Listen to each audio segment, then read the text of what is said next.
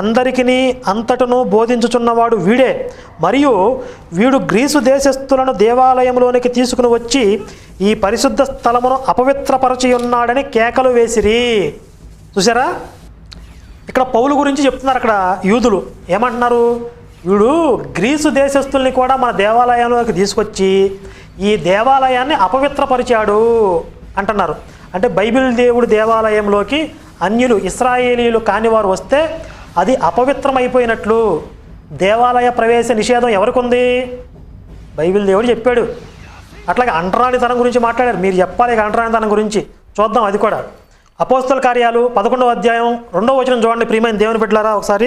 అపోస్తల కార్యాలు 11వ అధ్యాయం 2వ వచనంలో, పేతురు యెరూషలేముకు వచ్చినప్పుడు సున్నతి పొందిన వారు నీవు సున్నతి పొందని వారి యొద్దకు పోయి వారితో కూడా భోజనము చేసేదవని అతనితో వాదము పెట్టుకొనిరి. అంటే ఇశ్రాయేలు